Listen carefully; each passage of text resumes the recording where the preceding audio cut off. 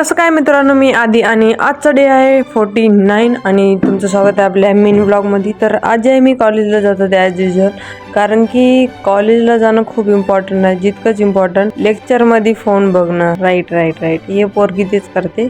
Most of the मुली कॉलेजमध्ये जे आहे असे बडबड वगैरे करायला येतात, नाहीतर फोन बघायला येतात.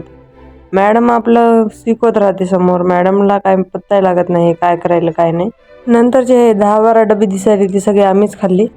जेवण वगैरे झालं आणि लेक्चर नव्हतं आमचं, तर आम्ही डिसाईड केलं की धप्पाकुटी खेळायचं. पण यांना माहीत नव्हतं की सेकंड इंटरनल एक्झाम तोंडावर आहे, आणि तरी बी आम्ही एवढे चिल होतो की नाही बस. असं वाटत होतं की आमच्या एवढं चिल कोणी नाहीच. बट मी गेले ते बुक आणायला. बुक तर घेतले एवढे 3-4, बट त्याचा अभ्यास होते की नाही हे तुम्ही पुढच्या व्लॉगमध्ये बघा.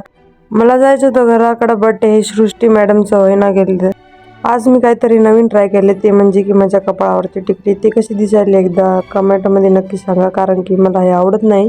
तरी पण मी लावली. मुली म्हणत होत्या छान दिसायली, मग ठेवली तशीच. तर तुम्ही एकदा कमेंटमध्ये नक्की सांगा, कारण की मला यूज करायचं समजते.